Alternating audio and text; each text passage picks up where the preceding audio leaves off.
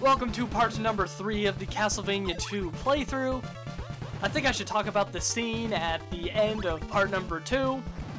So you have to select the blue crystal, and you have to kneel in front of that lake. Which, I don't understand how Konami expected anybody to figure that out.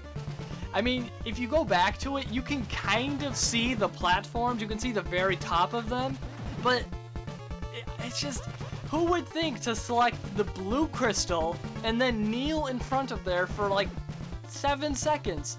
If it was instantaneous, then maybe, but still. As far as I know, there are no hints in the game that direct you toward selecting the blue crystal and kneeling in front of that lake. So, how did they expect people to figure that out? I have no idea. It's like, I don't know. Did they expect us to be some sort of genius players? Like, no one would figure that out. I'm sure there's some unlucky person that was playing this when it came out with no Nintendo power to help him out, and he probably spent like his whole life playing this game, just trying to figure it out. He probably spent like 3 years of his life trying to figure out some of this stuff, and then he probably never beat it in the end. I'm sure there's one person that did that. And it's just, man, maybe this game was designed to sell more copies of Nintendo Power. Maybe they purposely made it so hard and so impossible that they would have to buy Nintendo Power. Did Konami and Nintendo have some sort of deal? It makes sense. It makes more sense than this game anyway, but there's no way anyone would figure that out. It's just, I don't know. I didn't play this game back when it came out, so I don't really understand, or I don't know what that feeling is like. But it must have been terrible playing this game, just with no help whatsoever. It would be impossible. Anyways, buy another oak stake, throw it at the orb at the end of this mansion, and inside you will find Dracula's heart. You will now possess it once again. Dracula's heart, it's only used twice. Twice. There's a ferryman at the beginning of the game to the left of the first town, and you have to talk to him with Dracula's heart equipped. And then you have to talk to him again. So yeah, you have to use it twice in the entire game. After that, it's completely useless. As far as I know, there is no secondary function of Dracula's heart. So you're gonna use it twice and then not use it again. Kinda like this game, you're gonna play it once or twice and then never play it again. Although I've played it several times. I don't keep count, but certainly more than 5 times. Which is already too many. I probably should have used that time more constructively. Maybe played a better game or did something productive. I don't know. I waste all of my life with games like this. Just because it says Castlevania on it, I gotta play it. No, I'm not like that. If it's a 2D Castlevania game, then I'll play it, but the 3D games are just awful. I'm not gonna play any of the 3D games. I just refuse. I don't want to play any of them. I really don't. They're all really bad. Although I hear the new one isn't too bad. Oh, I forgot what it's called, like Lords of Shadow or something like that. I hear that one's not too bad, but I don't really want to play it, to be honest. I'd much rather play my 2D Castlevanias because they're much better. They're more fun. And I think the music is better in the 2D Castlevania games. Pretty much all of them. Now that we got Dracula's heart, we're now going to make our way back to the very first town in the game. Once there, we're going to make our way to the ferryman, which will bring us to our 3rd mansion. And then we're going to get a few more upgrades, so yeah. Most of the sub-weapons in this game, they're not very useful. The holy water is not good at all. The dagger is also not very good.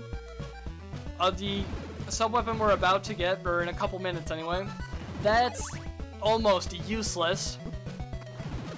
The only ones that are good are the daggers, you know, the silver knife, the gold knife.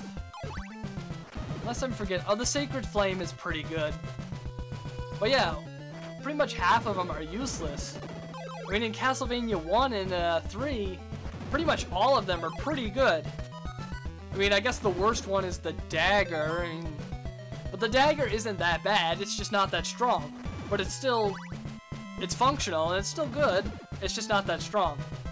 However, the sub-weapons in this game, they're just not very good. Once you get to a certain point, the holy water becomes absolutely useless for killing enemies, as does the knife. And then the silver knife becomes pretty weak at a certain point. At the end of the game, you only want to use one sub-weapon, and that's the golden knife.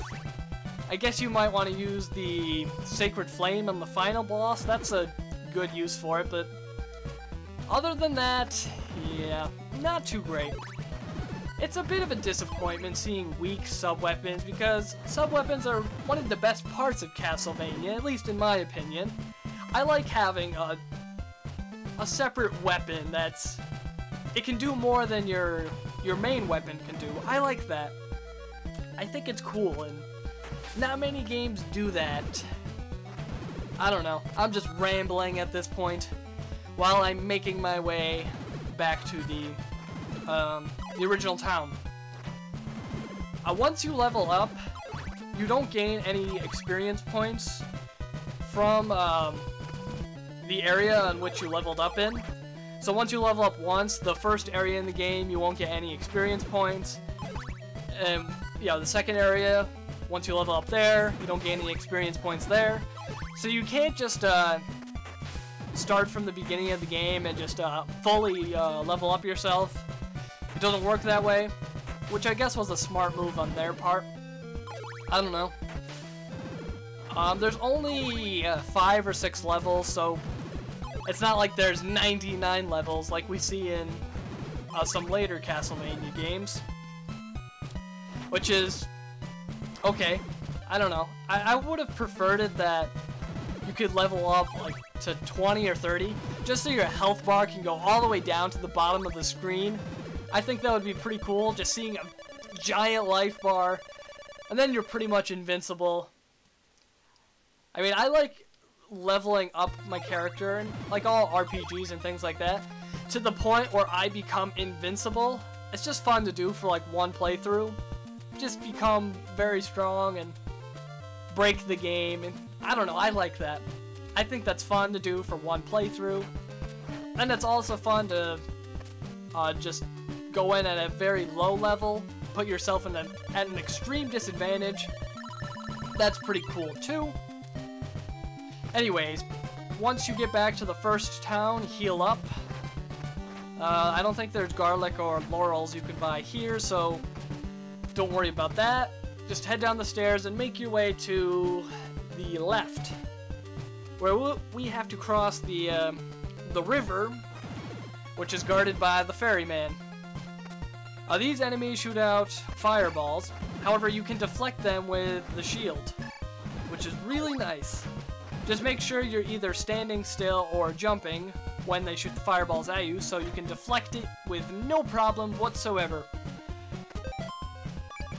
For these swamp areas, make sure you use a laurel, because if you don't, you are going to be traveling very slow, and you will lose a lot of health.